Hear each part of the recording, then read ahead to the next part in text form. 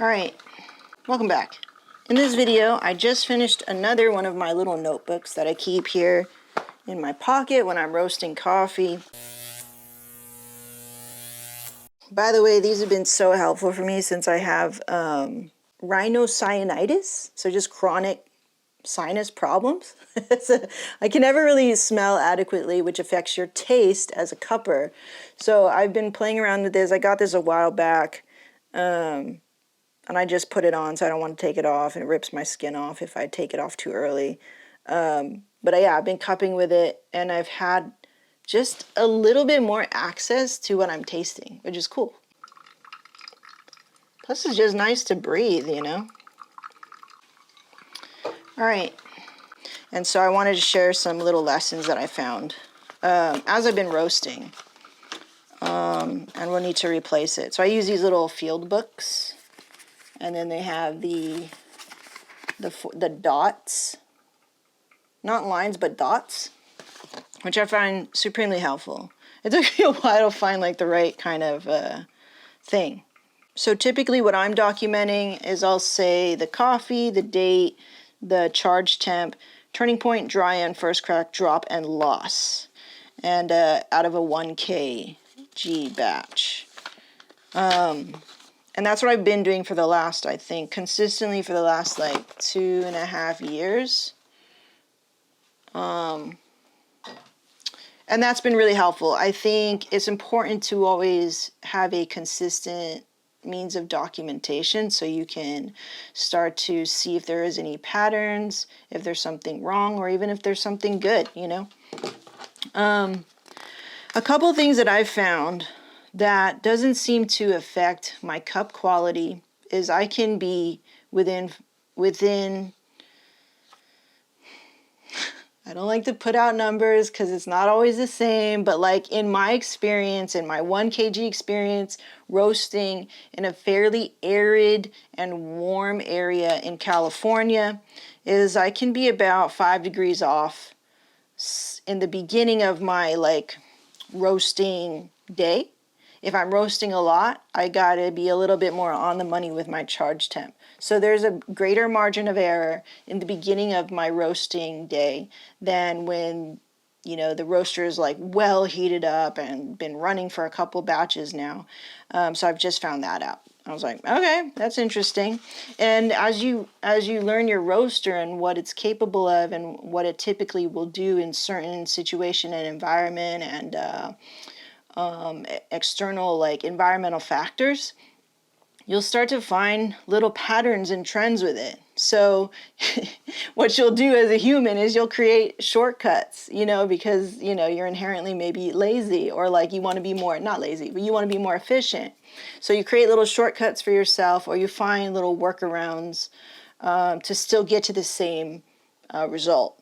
And that's what's really important, I think, is that you're going to have a lot of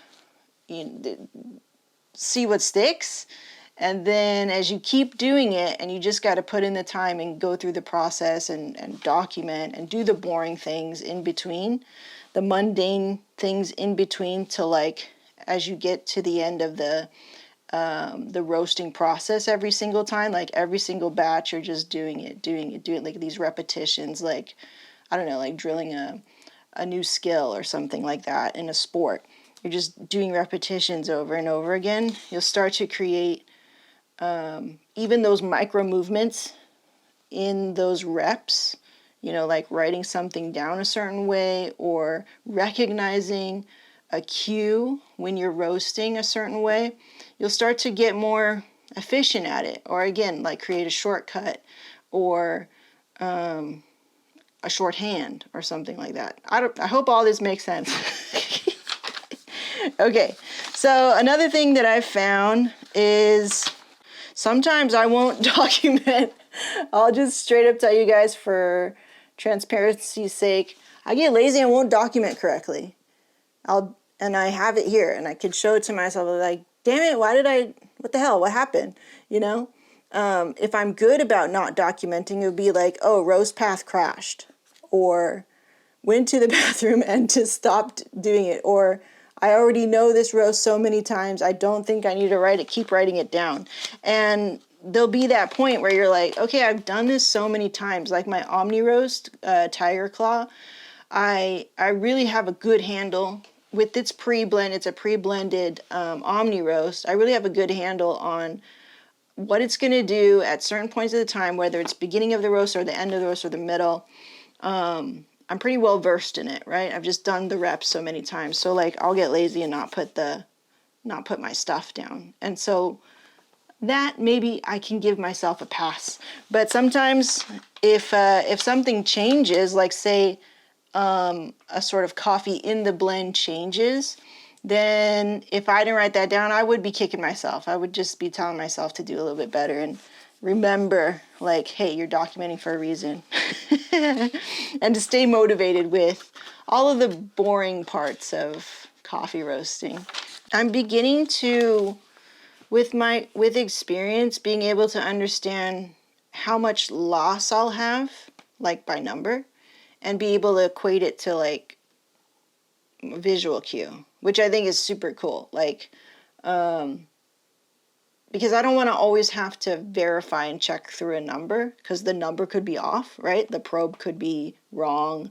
It could be, or yeah, like again, RoastPath could crash, or your roasting software could crash, or your computer could crash, or whatever. Something could happen, and if I lose the skill of visually and audibly and even like texturally, like losing the skill to roast the coffee and just do it by senses, then I think that's an issue too. So I'm always trying to make sure that I'm equating the number to like what I'm seeing, that I have this like physical representation of what the number means. The number is just a number, and it can change and it can have some variance, but like maybe the look of the bean in the sight glass looks this way, smells this way, crunches this way, right?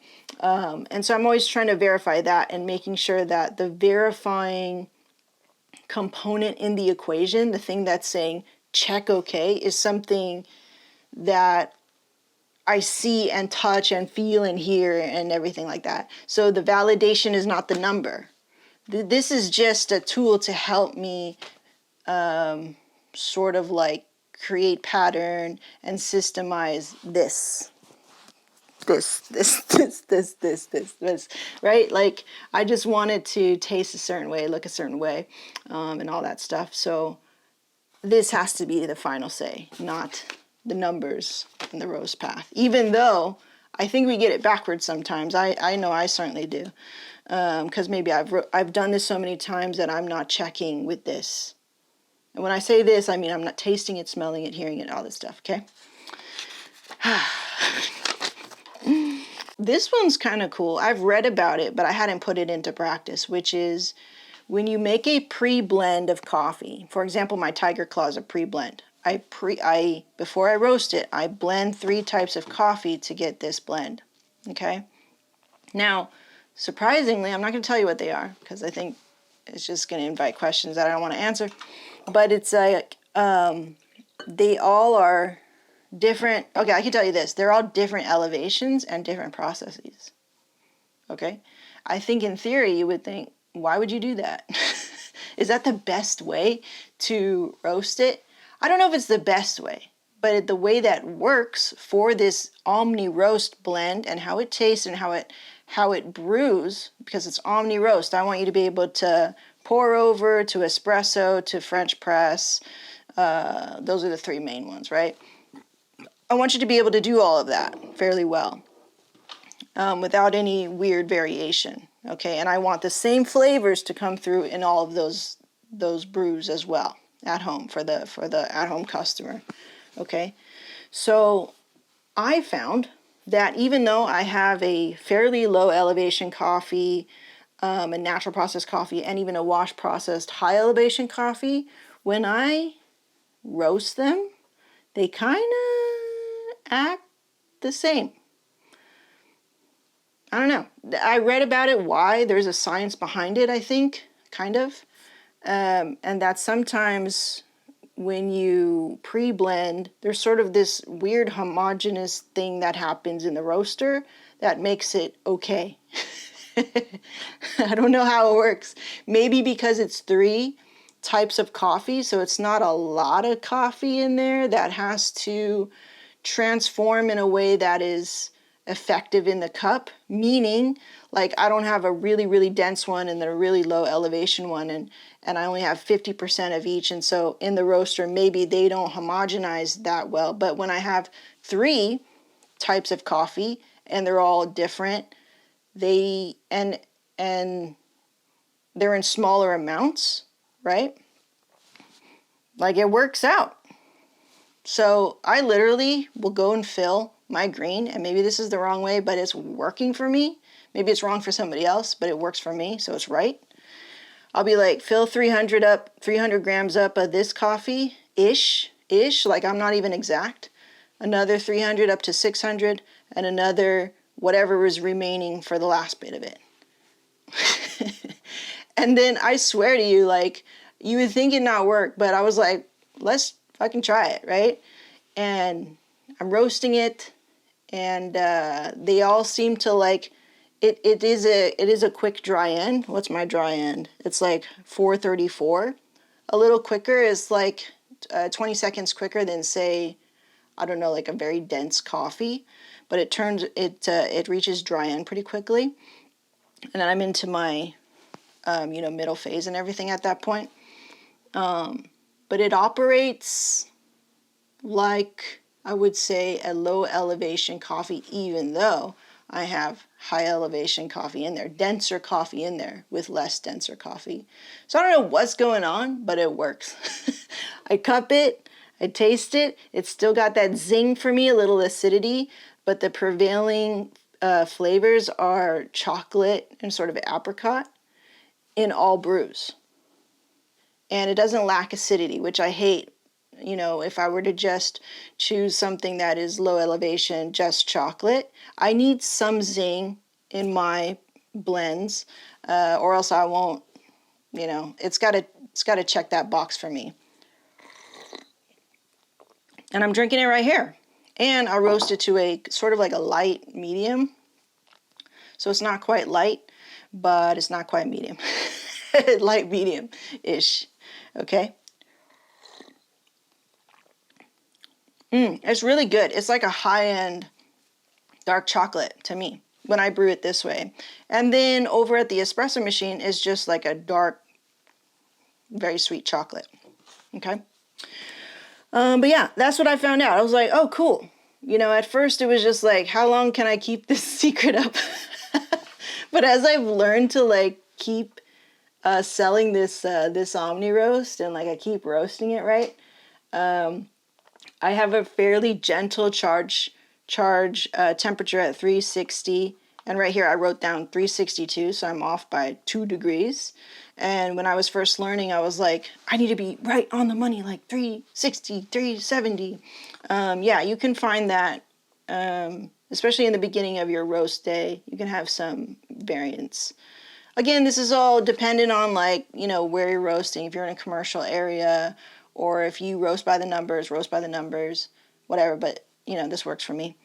Turns around at 151, dry end at 434, first crack at 732 early because of the low elevation coffees and such. But then I'll develop it, and I will consistently hit, for this one, in particular this one, once I've developed a profile, I will consistently hit a finishing temp of 390. So that gets me that roastiness that I need for an Omni roast, but I still, I think, retain a lot of the great acidity and those apricot notes by keeping it under 400 degrees. I don't know, like that's just, it tastes good to me. Yeah. And so my third phase is like 26%, so a little bit, it's still in medium territory, you could say that, but the total roast is only 10 minutes and 48 seconds.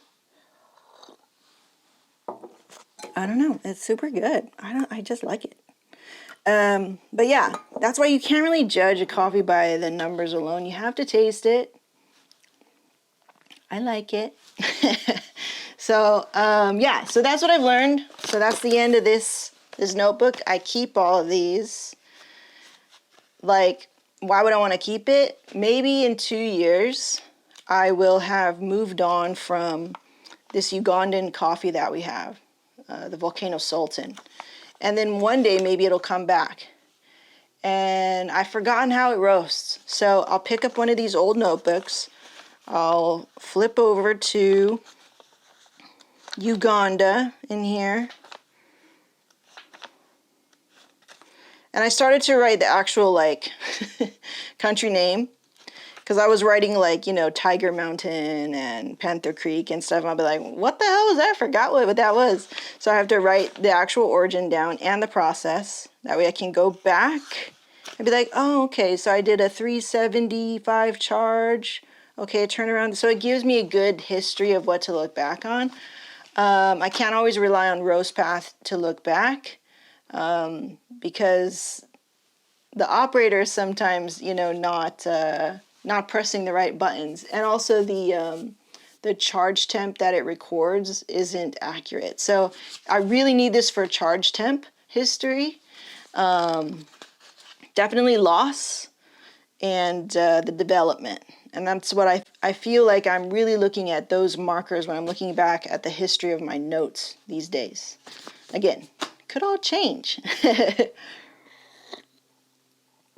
All right, that's lessons from the third notebook. I don't know how many I have of these, but this is the third one. And I should really put down the date because I didn't do that. So this is from this is from last year, June, all the way till April. Almost a year, yeah. And I don't roast a lot, you know what I mean? So, okay. Anyway, I hope that was helpful. I'll see you in the next one.